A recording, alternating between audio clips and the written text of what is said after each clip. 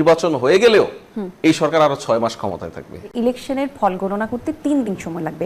ওদিকে প্রেস সচিবও বলেছেন এবারে ইলেকশনের গণনা করতে বেশ সময় লাগবে। আবার আমরা এখন শুনতে পাচ্ছি যে এই সরকারের টিকে যাওয়ার সময়সীমা হয়তো আরো বেড়ে যেতে পারে, 6 মাস হয়তো তিনি আরো তার দায়িত্বে থাকতে পারেন, উনি এই চেয়ারে হয়তো বসবেন। কতখানি সত্যি এই কথাগুলো, অথবা এর কোনো ব্যাখ্যা আছে কিনা? 3 দিন সময় লাগবে এটা ঠিক ভাই কোথায় পেয়েছেন আমি জানি না, আমি এখন শুনিনি আর কি। 3 দিন সময় লাগবে এরকম নানান আলোচনা নানানভাবে, উনি যেটা বললেন যে 6 মাস সরকার আরো থাকবে, এটা 3 দিনটা আমার ওরকমই মনে হয়েছে। ফলাফল গণনায় 3 দিন সময় লাগবে, এইটা এখন পর্যন্ত কোনো অফিসিয়াল কোনোভাবে বলেনি। বাট ফলাফল গণনায় এবার খানিকটা সময় বেশি লাগবে আগের তুলনায়, সেটা সরকারের দিক থেকে, ইলেকশন কমিশনের দিক থেকে পরিষ্কার করা হয়েছে। কেন? এবার দেখুন আপনি একই দিনে দুটো ভোট, আমরা দলীয় প্রার্থীদেরকে বা জাতীয় নির্বাচনে, সংসদ নির্বাচনে যে সমস্ত ক্যান্ডিডেটরা অংশ নিচ্ছেন তাদের জন্য একটি ব্যালট, সেপারেট ব্যালটে আবার হচ্ছে গণভোট। সো এখানে দুটো ব্যালট, রাইট? অপরদিকে প্রথমবারের মতো বিপুল সংখ্যক ভোটার পোস্টাল ব্যালটে ভোট দিচ্ছেন। এই পোস্টাল ব্যালটের যারা প্রবাসী তাদের জন্য দুটো ব্যালট, একটি গণভোটের সেপারেট ব্যালট আর একটি হচ্ছে দলীয় পদগুলি বা নির্বাচনের যারা অংশ নিচ্ছেন তাদের জন্য ব্যালট। এই পোস্টাল ব্যালটের আবার বাংলাদেশ থেকে যারা অংশ নিচ্ছেন তাদের ব্যালটটি কিন্তু আবার ভিন্ন। প্রবাসের যে ব্যালটটা সেখানে নির্বাচন কমিশনের রিজার্ভে থাকা সবগুলি প্রতীক, নির্বাচনী প্রতীক সন্নিবেশিত, আর বাংলাদেশ থেকে যারা পোস্টাল ব্যালটে অংশ নিচ্ছেন সেক্ষেত্রে যেই আসনের যিনি ভোটার শুধুমাত্র সেই আসনের ভোটার দিয়ে প্রার্থীদের প্রতীক দিয়েই তৈরি করা ব্যালট।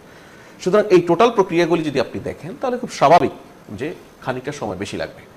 এখন আমাদের দেশের যে রাজনৈতিক বাস্তবতা, এই রাজনৈতিক বাস্তবতায় যেটা হয় যে যখন ভোট গণনা হয় ভোট শেষে প্রত্যেক প্রার্থীর কিন্তু ওখানে এজেন্ট থাকেন, তারপরেও আমাদের এখানে এই ভোট গণনার সময় নানান গুজব ছড়িয়ে পড়ে। আমরা আর এই সরকার তো শুরু থেকেই নানান ধরনের গুজবকে নানানভাবে ফেস করতে হচ্ছে, তাই না? সো ওই বাস্তবতার জায়গা থেকে যেন কিছুটা সময় বেশি লাগলে সেটা যেন কোনো গুজব সৃষ্টি করতে না পারে, মানুষ যেন অ্যাওয়ার থাকে। কয়েকটা লেয়ার আছে দেখুন, পলিটিক্যাল পার্টি, তাদের ক্যান্ডিডেট, তাদের কর্মী এবং তাদের সমর্থক প্রত্যেকেই যদি আগে থেকে অ্যাওয়ার থাকে যে এবার আমার আগের তুলনায় খানিকটা বেশি সময় লাগবে, তাহলে কিন্তু খুব ক্লিয়ার। এই জন্য আগে থেকে এটা বলা যে এই সময়টা কত সময় লাগতে পারে, কিছুটা বেশি, এটা কত সময় লাগতে পারে এটা ডিপেন্ড করবে এক এক এলাকায় এক এক রকম।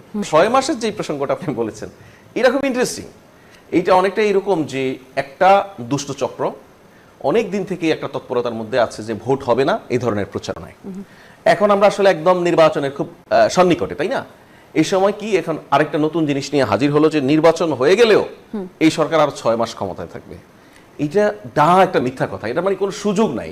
প্রথম কথা হচ্ছে ধরুন 12 ফেব্রুয়ারি ইলেকশন হবে, আমরা বোধ করি যে 12 ফেব্রুয়ারি শেষ রাত মানে 13 ফেব্রুয়ারি ভোরের মধ্যে আনঅফিসিয়াল রেজাল্ট হয়তো ডিক্লেয়ার হয়ে যাবে। 14 ফেব্রুয়ারির মধ্যে হয়তো আনুষ্ঠানিক ফলাফল ঘোষণা বা গেজেট প্রকাশ যেটা বলে সেটা হয়তো হয়ে যাবে।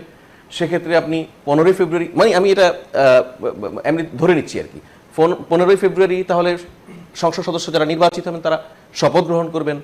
16 ফেব্রুয়ারি হয়তো সরকার প্রধান বা মন্ত্রিসভা গঠন হবে, রাষ্ট্রপতির কাছে শপথ নেবেন। তাহলে সর্বোচ্চ 16 থেকে 17 যদি এভাবে ধরে নেই আমি, একটু এদিক ওদিকও যদি হয়, এরপরে এই সরকারের থেকে যাওয়ার উপায়টা কি? তাহলে কেন এর উৎপত্তি ঘটলো? বলা হচ্ছে গুঞ্জন যা বলছে, যেরকম আপনি নানা রকম গুঞ্জন শুনেছেন, আমরা যেরকম গুঞ্জন শুনেছি যে ভোটের গণনায় কিছু জায়গায় ভোট গণনা ঝুলে যাবে এবং সেই ঝুলে যাওয়া সংখ্যাগুলোই আসলে পরবর্তীতে সরকারের এই হাইপোথেটিক্যালের উপরে মানে কিছু জায়গায় ভোট গণনা ঝুলে যাবে আর সেটাকে ভিত্তি করে সরকার আরো 6 মাস থেকে যাবে, মানে হাস্যকর আলোচনা। যে কারণে হয়েছে যে জুলাই সনদে যদি ভোট জয়ী হয় তাহলে জুলাই সনদ বাস্তবায়নের জন্য আগামী সংসদের প্রথম 180 দিন যে সংসদ সদস্যরা নির্বাচিত হবেন ওনারা একই সঙ্গে আরেকটা বাড়তি দায়িত্ব পালন করবেন, সেটা হচ্ছে সংবিধান সংস্কার পরিষদেরও ওনারা সদস্য হবেন। অর্থাৎ স্বাভাবিক সংসদের কার্যক্রমের পাশাপাশি ওনারাই, অর্থাৎ আগামী নির্বাচিত যে সংসদ, সেই সংসদই জুলাই সনদ এই 180 দিনের মধ্যে কিভাবে সংবিধানে সন্নিবেশিত হবে সেটা ঠিক করবেন। এই 6 মাস হচ্ছে তাদেরই বাড়তি কাজ, এই সরকারের কিছু নয়।